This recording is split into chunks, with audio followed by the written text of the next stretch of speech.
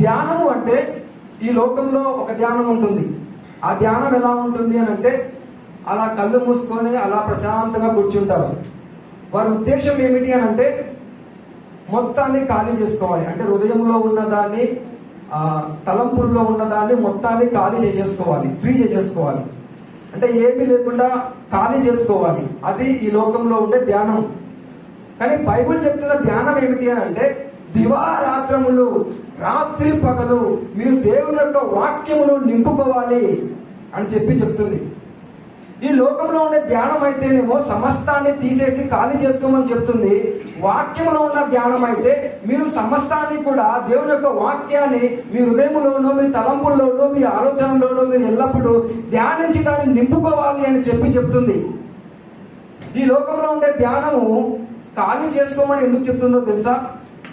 మీరు ఖాళీ చేసుకుంటే ఈ లోకంలో ఉండే సాతాను వాడి మాటలు మీ హృదయంలోనికి, తలంపులోనికి రావడానికి. దేవుని యొక్క వాక్యము దివారాత్రమును ధ్యానించండి, మీ హృదయమును, మీ తలంపులను ఖాళీగా ఉంచుకోకండి అని ఎందుకు చెప్తుందో తెలుసా?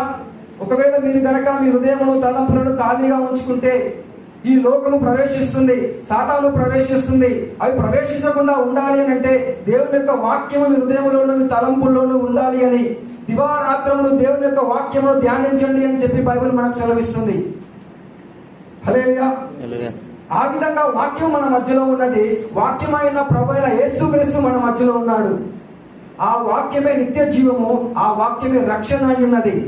ఆ వాక్యంలోనే మనం పునాదిగా నిలబడాలి అని చెప్పి ఈ యొక్క వాక్యము ద్వారా మీ అందరికీ ప్రేమపూర్వకంగా తెలియజేస్తున్నాను. హల్లెలూయా.